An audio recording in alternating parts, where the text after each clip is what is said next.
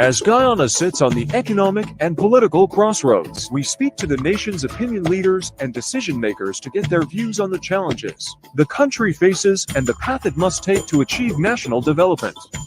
Welcome to Nation Watch. Now here is your host Mervyn Williams, former member of the Guyana Parliament.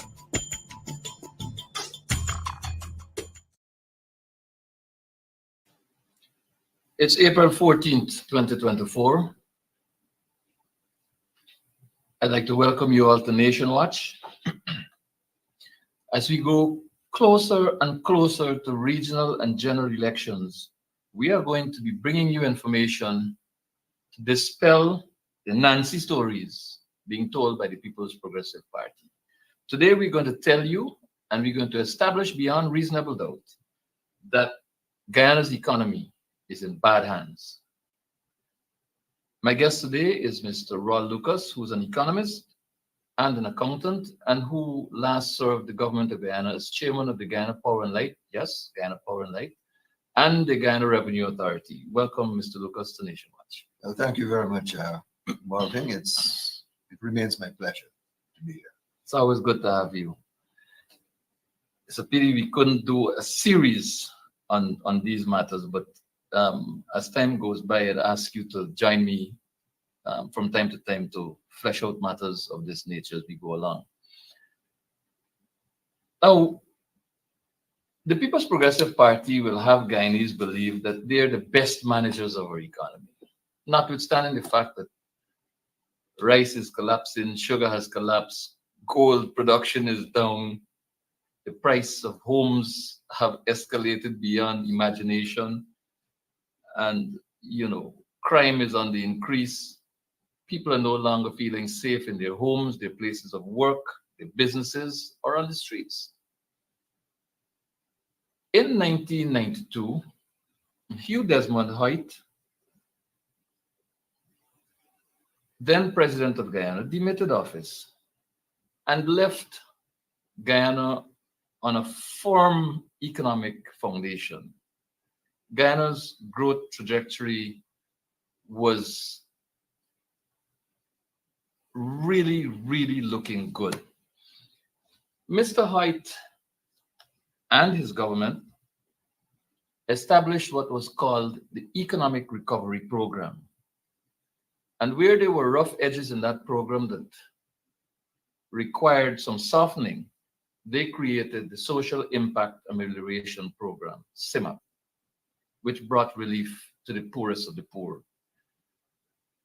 and supported the economic recovery program with limited negative impact. So when Mr. Hoyt demitted office, Guyana was looking good in terms of economic growth. Mr. Lucas, could you walk us through, well, before you do that, let me make this point. The People's Progressive Party were taken by surprise in 1992. They never expected to get into government. So they had no plan, pretty much like Irfan Ali has no plan today. And so they sent for Mr. Asghar Ali from Jamaica to manage the economy. He worked at the central bank in Jamaica, and he came, picked up the economic recovery program and said, this is the plan we'll work with. And stretched the economic recovery program beyond its calculated life expectancy, because it served Guyana's purpose well. Walk us through, if you would, Mr. Lucas, the economic performance of Dr. Jagan's government from 1992 onwards, and as that relates to the implementation or the continued implementation of the economic recovery program of Desmond Hoyt. Thank you very much, Marvin. And I regard it as a rather interesting introduction, particularly your use of the descriptor and Nancy stories of the PPP, because I believe quite frequently we see representatives of the PPP and the government, telling the economic history of this country using what I would describe as PPP mythology, in an attempt to elevate PPP as a superior political party in Guyana. Spokespersons of the PPP have been continuously treating the people of Guyana to a dose of economic history that cannot even be topped by an Aesop's fable. It's that bad. So I want to talk a little bit about, you know, what we saw initially under the PPP, and then make the comparison with what it inherited from the PNC, you know, when it demitted office in the 90s. And to aid you in that, we'll have a table on screen as you go along. Yeah, well, I think, you know, this notion that the PPP has, as it were, you know, managed this economy well, I think we should look at that table, table one that that was just up there. presented There there. you go. You can see that in 2000, the economy of Guyana shrank. It's not a case of slow growth. It's a case of the economy shrinking, becoming smaller as a consequence of PPP management. And you can see from 2001 all the way down to 2004, that 5-year period, the average growth rate, annual growth rate of the economy was less than 1%. It was barely above half of 1%. What I think would be useful is for us then to take a look at the table. Well, I mean, yeah, that graph there, you know, gives you an indication of how erratic the performance of the economy was under the PPP. But I think we should take a look at table 2, because table 2 is very instructive. Yes, this is the period of the continued implementation of the ERP by Dr. Jagan and his team. Precisely. So what you see there is that in 1991, the Guyana economy was growing at over 6%. In 1992, it was growing over 7%. And when the PPP took office under Chedi Jagan, I think he had the wisdom to continue implementing that program. And you can see that the economy grew by 8%, 8.5%, all the way up to at least 1994. But it remained very positive until 1997, when I think Dr. Jagan passed away. I think that might have been the year Yes. he passed away. So on average, the economy was growing over 6% when the PNC handed the economy to the PPP.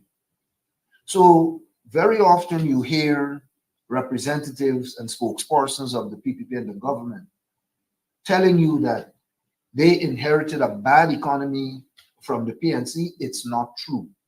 And that is why I'm inclined to agree with the host here that, you know, what we get from the PPP is a continuous dose of, you know, Nancy stories. And so the robust economic growth that took place from 91 was based on, as the host said, an economic recovery program that was prepared and implemented by the PNC under President Desmond Hoyt. And there he had begun intensifying the transformation of Guyana's economy. And Chedi Jagan understood that. He understood the value of that program and the changes that it contained, and he continued to implement it, as I said before, until his death. Now, the interesting thing is this: the strong growth referred to above raises the question, why wasn't the PPP able to help the economy to keep growing at the fast pace of the early 1990s? And, you know, what I find to be very sad is that none of our journalists, I've never heard any of our journalists ask the question of anybody as to what has happened. Nobody has been able to explain, why it is the economy could have gone from a strong growth of over 6% on average every year to what we saw as less than 1% by 2000. by 2000 to 2004.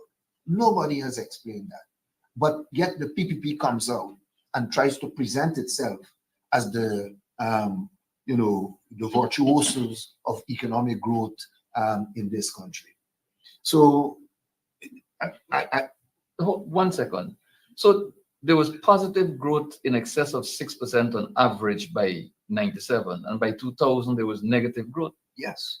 I mean, how is that possible? Well, I don't know. I could only put it down to incompetence, because the interesting thing about this is the person who was leading the economy at that time, That was Barry Jagdeo. and prior to leading the economy, he was the finance minister. So he should have known what was happening in that economy. He should have known. And therefore, only he could explain why it is that he took a healthy economy and brought it to what we are seeing in the first, period of the decade of the 2000s and so forth. So that's a very interesting comparison. And if we were to continue looking and making the comparisons, we can go to the third table here, where we see in 2005 again our economy shrank. That was President Jagdeo in 2005, wasn't it? Yes. It's in 2005. I think that's when we had a major flood. Yeah. And I don't think that flood was an accident. I think again it reflects a certain level of incompetence and bad management that resulted in our economy shrinking by 3%. And I want to tell you, your viewers, these are not figures that Rawle Lucas constructed. These were taken from speeches, budget speeches, presented to the Parliament of Guyana under the PPP. So the data that I'm putting to you there represents their own admission of their performance of the economy. And so as far as I'm concerned, these tables and graphs that we are looking at least to my mind, show that nothing impressive really took place during the leadership of the PPP with respect to our economy. What I find very interesting is that, we're having these conversations and we're producing data that is extracted from the government sources. And here you have people like Rick Singh suggesting that you are telling lies. Why does Rick Singh not ask Jagdeo to provide alternative data and establish beyond doubt that the People's Progressive Party in fact managed the economy in a manner superior to the PNC, produce the data? This is the thing about the People's Progressive Party that can get under one's skin. These are the facts. The data comes from government source, but here is a person, gotta be very careful here. Here's a person who assumes the right to disrespect a learned professor, a gentleman who is responsible for educating hundreds of citizens of this country, perhaps some of those who are government ministers under the PPP right now. And the disrespect is there. But fish rot from the head, because this is Jagdeo's behavior. You can't win an argument, so you throw dust in people's eyes. Why does Jagdeo not produce empirical evidence of its stewardship or the stewardship of the People's Progressive Party as it relates to Guyana's economy when touting that they're better managers of our economy? Well, I don't even have to go there. Look, the data, as I said, is coming from budget speeches that were laid before Parliament. So are we saying that in presenting this The information to PPP lied to the Parliament, nation. they're lying to it, and not only that, they're disrespecting our Parliament? That's what Rick Singh is saying. So, I mean, I really and truly have no interest in listening to that sort of nonsense. I wonder what his real name is. It might be Barrett India or somebody like that. I don't want to get into personalities on the matter. I want to present information that the people of this country could properly absorb, because it looks to me as if our journalists don't spend time looking at the economic history of this country, the correct economic history of this country that is often told in dates and data, and which is what I am presenting here, because I'm presenting evidence that has occurred over time. And as I said before, all of the information that I'm presenting here appears in budget speeches prepared by the People's Progressive Party and placed before the Parliament of this country. So I'm not trying to engage in some kind of, Nancy story or mythology like the people seems to. So we move on. Let's go back to Table 3. Table 3 establishes that the economy really took a beating in 2005. The only event in 2005 that could have adversely impacted production was the flood. And you started off by giving your opinion with respect to the flood of 2005. For many Guyanese, it came over as a distraction of tremendous magnitude. Why would any administration hurt its citizens to score points? Is it because of the levels of incompetence being so very high that the only logical outcome would have been a failure, and therefore you create an excuse for a failure? Well, I mean, I don't know these individuals personally. They're not friends of mine, and we have never had a conversation, about what might have been motivations or the cause of the 3%, loss of income and output in our economy. But I think what is important here is for us to recognize that these fellows are not infallible. They are prone to make mistakes, but they try to project themselves as being invincible. And I think until we and they themselves acknowledge that they live on planet Earth, where there are things referred to as human frailties, we will always continue to have this problem in our country. And it appears to me as if these fellows have believed that, good governance is reflected in the art of deception, and that this country, or as far as they're concerned, they cannot afford, integrity in this country. It seems as if they believe it's too high a price to pay to be honest about what is happening in this country, because what they don't recognize is the impact that their failure to be truthful and honest is having on the lives of people in this country. We'll go to Table 4, where we bring some more expanded numbers.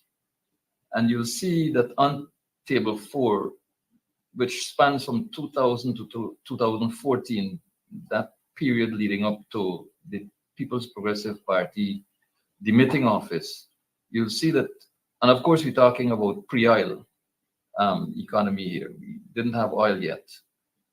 And even when the APNU left office, we still didn't have revenues coming from oil. So here you are with 3 years of negative growth. And this is a large span with an average growth of 2.6% from 2000 to 2014. This includes the Jagdeo and Ramutar presidencies. Mm-hmm. Walk us through these numbers, if you will, please, sir. And tell us what you believe are the factors, based on the numbers that you have at your disposal, responsible for the shrinking of the economy so very often during that period. Well, again, what I would say is I could only, because there's nothing out there that explains why it is that the PPP was unable to maintain the growth rates of the 90s. Right. Because the economy was set to continue growing at that kind of pace. And it appears to me as if, it's a reflection of an unwillingness of the people who were leading the country at the time to really, motivate Guyanese to, do the things that were necessary to help this economy to continue growing in good strength. I think one of the things that we saw was that there was a lack of innovation. Nobody was incentivizing the people of this country to be innovative so that we could take advantage of the opportunities that were emerging at the time globally. We weren't, for example, investing in expanding access for our students, for example, in science and technology.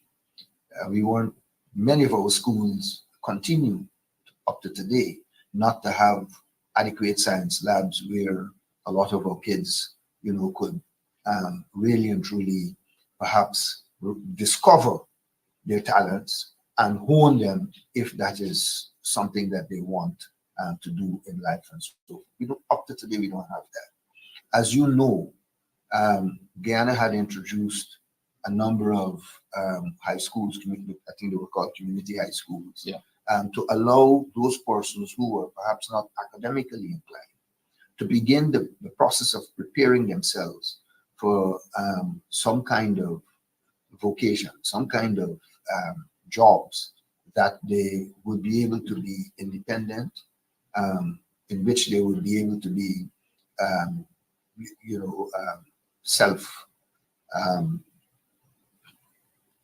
feel some degree of self-respect and so forth. And that would have put them in a position today to be able to make a smooth transition into the oil and gas industry, perhaps having gone through some of the other technical institutes that we have in this country or had in this country and so forth. So to me, it appears as if, there was this lack of attention to really and truly enabling the people of this country to do some of the things that they can do. And we still have the ability, the people of this country still have the ability to do lots of things that perhaps they're not being given the opportunity to do at this particular point in time. Ms. Lucas, it is evident from the numbers that we've been looking at up to the year 2014 that the People's Progressive Party has lost its way as far as managing Guyana's economy is concerned. from the time the economic recovery program of Desmond Hoyt came to an end, whenever that was, 97 or whenever it was, inconsistencies in the numbers, in the growth numbers, emerged. The trouble is that young people in Guyana at this time only have a short period of time to look back upon to make decisions. See, going back to 1991 to 97 is not something that the average young voter is going to do. But looking back at the last 4 years is what a young person is likely to do. And looking back at the last 4 years, a young person will be confronted by huge numbers like $1.46 trillion in a budget and so on. In terms of looking back up to 2014, for now, what would you say to a young voter in terms of the performance of our economy and what direction it was heading and how best to take a position on such an issue? Well, I think perhaps it might be, for me to be able to do that, I think we need to take a look at what happened during the APNU, PNC, AFC period. We're going there right now.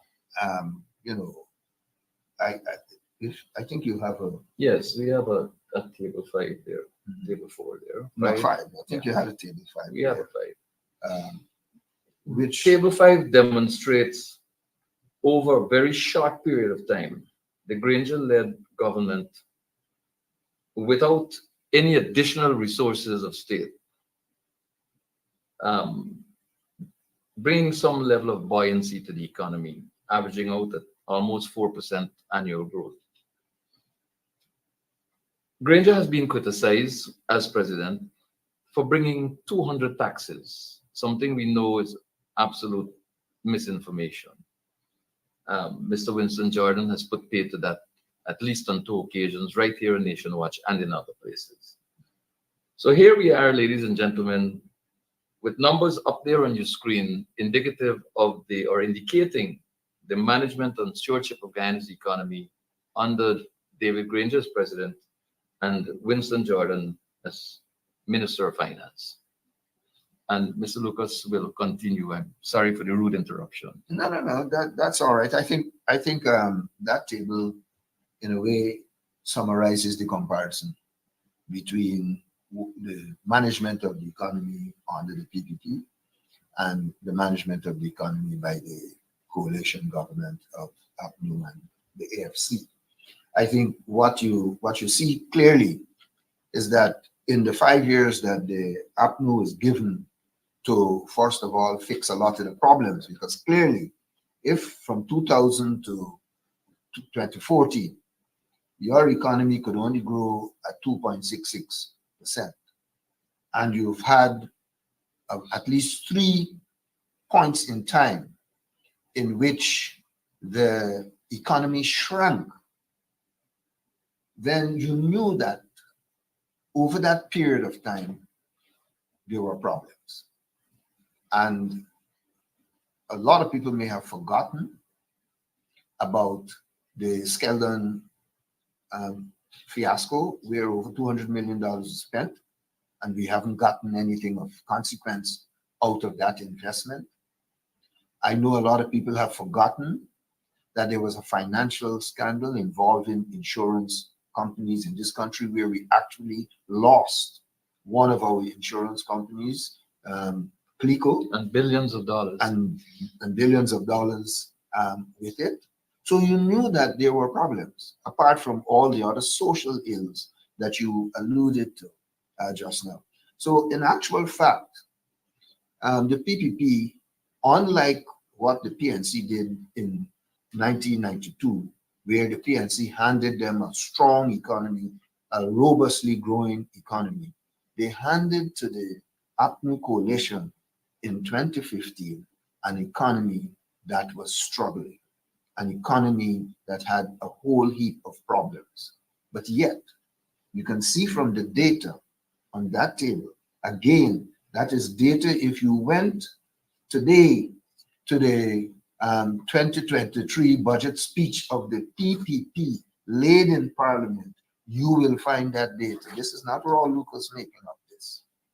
This is Rawle Lucas extracting information laid before our Parliament in the form of a budget presentation, pulling out those numbers to help Guyanese to appreciate and understand that they're very often treated to a dose of untruths which are not necessarily consistent with their reality in life in this country or living in this country. Now, so if you were to summarize this comparison, between the 2000-2014 period, you will see that the economy experienced negative growth 3 times under the PPP. And that never happened under the APNU, PNC, or AFC coalition from 2015 to 2019. You'll see that. The PPP has never grown the economy faster than APNU. You can see from 2000 to 2014, the fastest the PPP was able to grow the economy was at 5.4%. Yeah. And you saw the APNU was actually increasing the growth rate when it demitted office. Because in 2019, you would see that the growth rate was 5.4%. So it was on a positive trajectory when, of course, people felt that maybe the PPP's stories were better than the experiences that they were having under the coalition government. So to me, the statistics and graphics that we have shown here indicate that the PNC can implement strong economic programs and manage the economy better than the PPP. To the extent that in 1992, as well as 2020, PNC-led governments have left successor governments with solid economic footing or unsolid economic footing with positive economic growth trajectory. Now, it was the APNU AFC that facilitated the successful extraction and revenue earnings from oil. Again, leaving the People's Progressive Party with a solid flow of revenues. There is that consistency. There's the other consistency where the People's Progressive Party have always held out that they have inherited an empty treasury.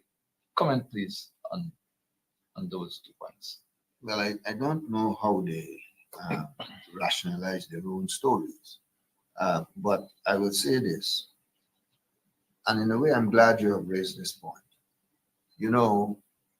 Since the coalition government revealed the production sharing agreement between the government and the country and Exxon and its partners, people have focused on the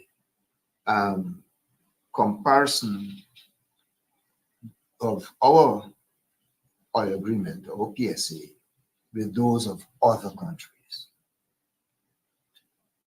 That is fair. But I think the mistake they're making is failing to compare the impact of the economic policies of the coalition, PNC, and the AFC, with the economic impact of the PPP. You can see from the PSA what the coalition agreed that Exxon and its partners could enjoy in terms of economic policy. Nobody can tell me up to today what the what is the details of the bauxite agreements that have been signed by the PPP government.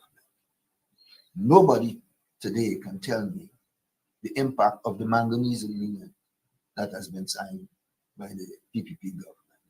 Nobody up to today can tell me what is the impact of the forestry agreements that were signed by the PPP with these foreign groups.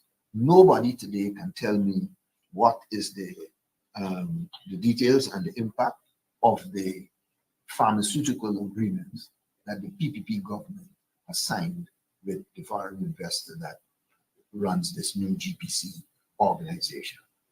Nobody. But you can see what the production sharing agreement has done, what it says and we can see today the impact of that. Oil growth in 2020, our economy grew in 2020 by 38%. Our economy grew in 2021 by 25% or something like that. In 2022, the economy grew by another 60-something%. And in 2023, I think it grew by another 33%. I mean, which on paper looks excellent, except that there's no impact from that on the lives of ordinary citizens of the country. And that is part of our problem. So what you're seeing again is the way in which resources are being managed by the PPP. They're spending money, lots of it, but people are not feeling the impact of those resources on their lives. So the point I really want to make here is this. That people have to stop looking at whether there's ring fencing and that fencing and decommissioning and that sort of thing in our PSA, because it is not going to change. We can take the lessons for the future, but what is relevant is the impact of those policies on the lives of the people of this country. And I'm telling you right now, and I guess people are experiencing it for themselves, that they are not feeling that they're included in the resources of our patrimony. Two things here, Mr. Lucas. One is that citizens need to recognize that all of the development that is taking place in this country is thanks to the APNU AFC administration and that production sharing agreement, which is financing in large measure infrastructure and other developments across the country. Without oil, we would have been a mess, particularly under the People's Progressive Party. Now, that's the first point. The second thing is this. Bart Jagdeo had at his disposal 16% value-added tax, which was imposed on the citizens of this country. Citizens protested. We protested as parliamentarians back then in front of the parliament. The security forces locked us out of that brick dam roadway in front of the parliament because they knew we were there to protest. Although we were members of parliament, we were not allowed beyond the barriers. He had 16% VAT, from which he got a windfall in tax collection that was never used for the benefit of the citizens of this country in any significant way whatsoever. But the Granger administration of 2015 to 2020, instead of carrying on with Mr. Jagdeo's 13% value-added tax, 16% value-added tax, I beg your pardon, slashed it to 14%, 2 percentage points off, and still grew the national economy consistently. What does that say for Mr. Jagdeo and Dr. Ashney Singh, his Minister of Finance? Well, what I would say to you is this. I think it clearly shows that there isn't sufficient sensitivity when it comes to dealing with the people of this country. You know, I would say that when we take a look at the views, and I'll say this, I think I should say this at this point. I had an opportunity to speak with the leader of the opposition. And, you know, he shared with me his views with respect to the people-centered development strategy. And I think when you listen to what he has to say, you would recognize that, you know, how interested he is in the welfare of the people of this country compared to the way in which the PPP is treating the people of this country. You know, I got the impression from Mr. Norton that he intends to ensure that oil money reaches the pockets of every Guyanese. That's his intention. I got the impression that, as far as he's concerned, every Guyanese will be given the opportunity to build a life that they want for themselves and their family, including owning their homes. I got the impression from him that he will incentivize workers to stay and build the country, as against those who are being very callous about the welfare and the living conditions and the quality of life of the people of this country. You see, what I recognize about Norton's people-centered development strategy is that it embraces the needs, ambitions, and aspirations of the people of this country. And to my mind, it will be a game changer. I think it is inclusive, and people will feel included in the national economy. Unlike the One Guyana slogan, which, contrary to its name, seeks to marginalize a large section of the populace, Norton's PCDS emphasizes collaboration and bringing people together. You know, in looking at it, the many acts of the government leaves the people feeling as if One Guyana is about normalizing corruption and nepotism. But Norton's PCDS, Norton's People-Centered Development Strategy, aims to give every person in Guyana the freedom to be who they want to be and all they want to be. So I think people will be as excited as I am to hear him set out the details of his people-centered development strategy, and will want to join and support him to achieve those goals. Which brings to mind two questions. The people-centered development strategy speaks of every citizen owning a home, a rent-to-pay scheme, where you buy a property, the house is constructed, it's fully equipped with all utilities and so on, and you pay a rent for as long as it takes to pay off the cost of the home. And when you pay it off, by the time you pay off the cost of the home, you get title to the property. It's now yours. So it's as though the old people used to call it balance parcel. It's like a higher purchase arrangement. On the other hand, the People's Progressive Party is talking about young professionals' homes, or homes for young professionals, the cost of which has gone up in some instances by more than 80%. In an economy where the working class, the working people, and these days more properly described as the working poor, can barely afford to eat, where are they going to get the money to pay for these homes, the prices of which have almost doubled? Well, I can tell you from what you just described that life will remain tough under the PPP. You know, the rent-to-own model that you just described, as far as I understand it, is just one option that is available in the Norton People-Centered Development Strategy. But I think what is critical in what you just described with respect to the the professional houses. I mean, this is information put out by the government, the Central Housing and Planning Authority. In 2021, they sold one of those one-level houses for about $14 million, and one of the two-level houses for about $20 million. Just recently, about a week or two ago, the Central Housing and Planning Authority advertised that a one-level house will now be $25 million.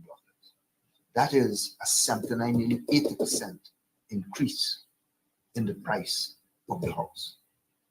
And the two-level will go from 20 to 34, which is about a 70% increase in the price of the house. The troubling factor in all of this, as far as I'm concerned, has to do with the policies that the government of Guyana says are designed to keep the cost of housing and construction low. They removed the 2% withholding tax that contractors needed to pay. They're the ones who introduced that taxing. They're the ones who introduced that tax, that 2% on contractors. Okay, they removed it, even though they tried to blame APNU for it. They made adjustments to freight costs, claiming that that will keep the cost of various things, items coming into the country, low.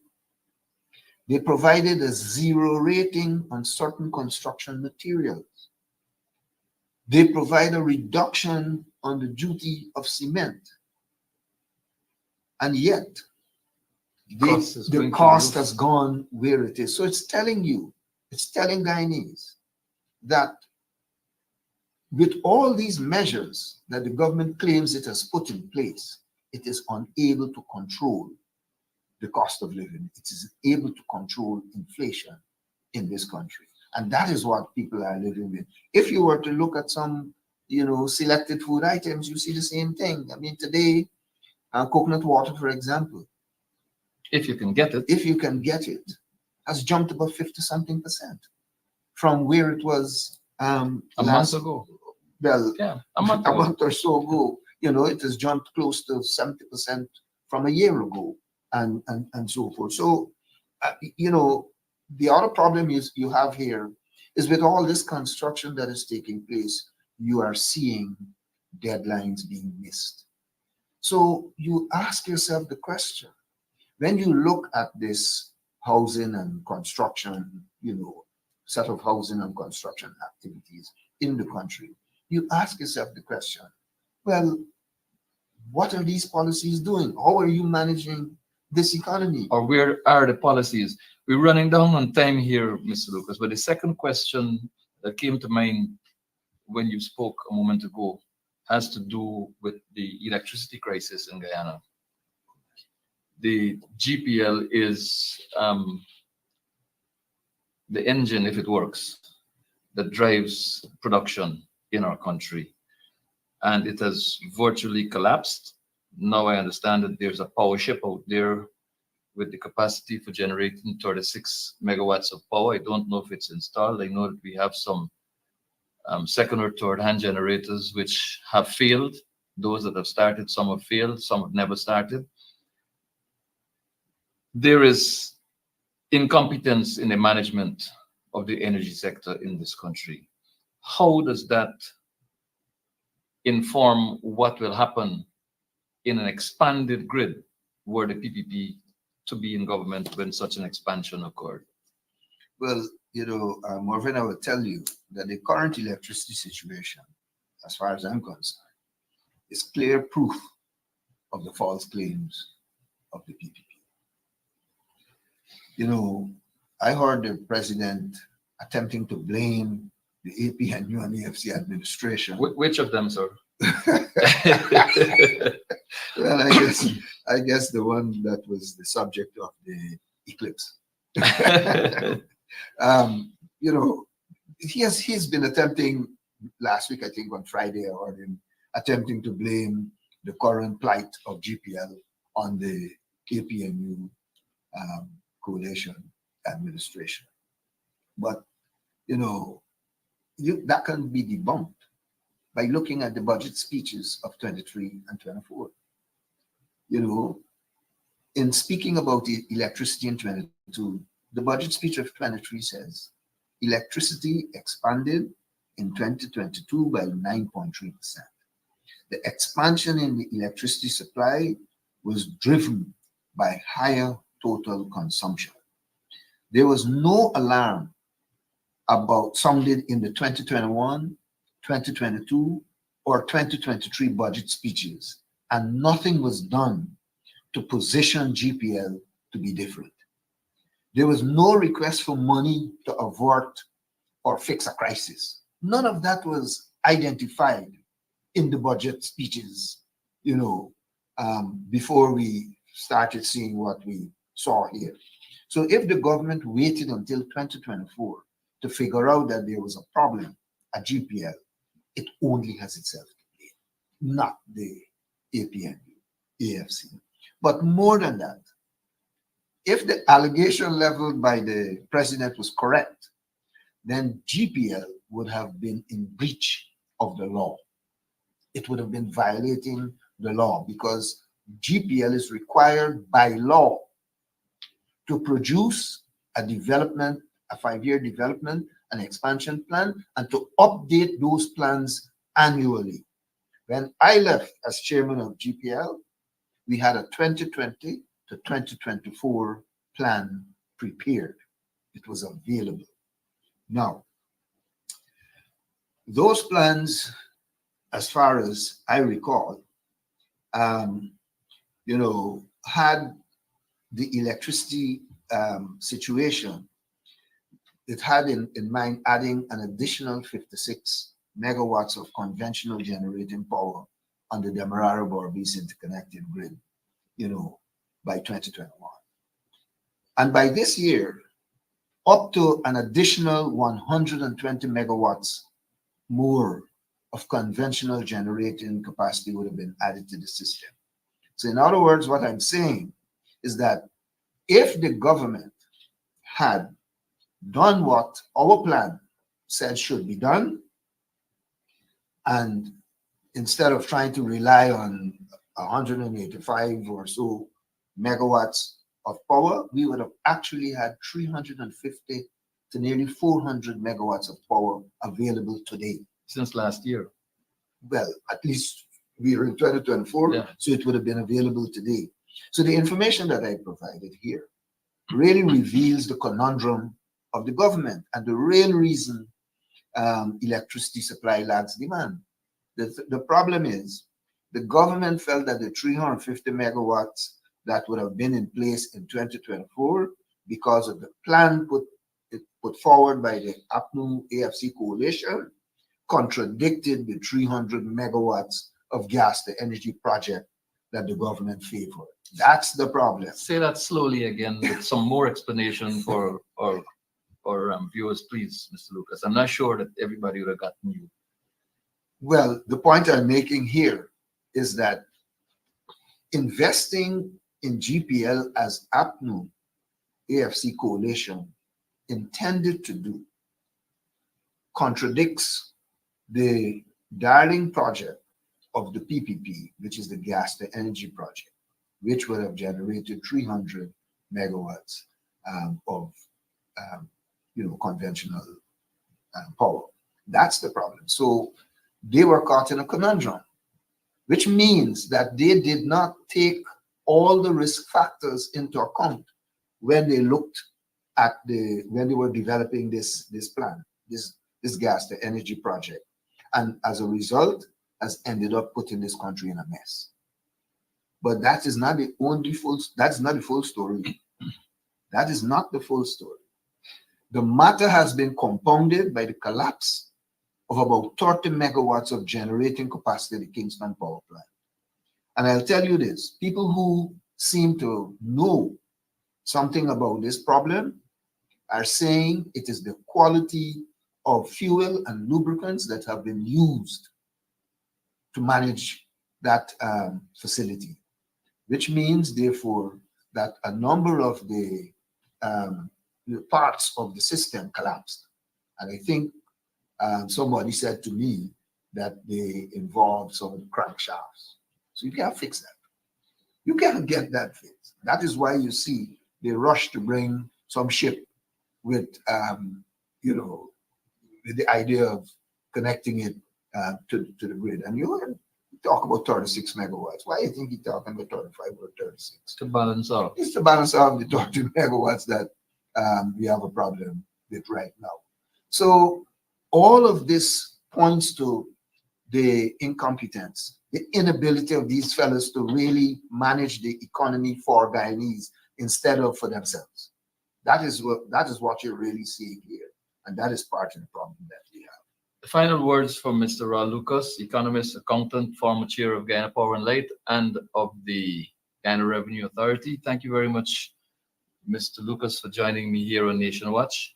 I know that beyond any reasonable doubt, we have established, for the benefit of our viewing public, that the economy of this country is in bad hands, that governments led by the PNC or governments involving the PNC have done a better job over the years. So as we come closer to elections, whenever they come, regional and general elections, we will be bringing you more information of this nature so that you can make your decisions from an informed position. Thank you very much for joining us on Nation Watch from wherever you're joining us. Thank you for staying with us the course of the program. Until we meet again, God bless.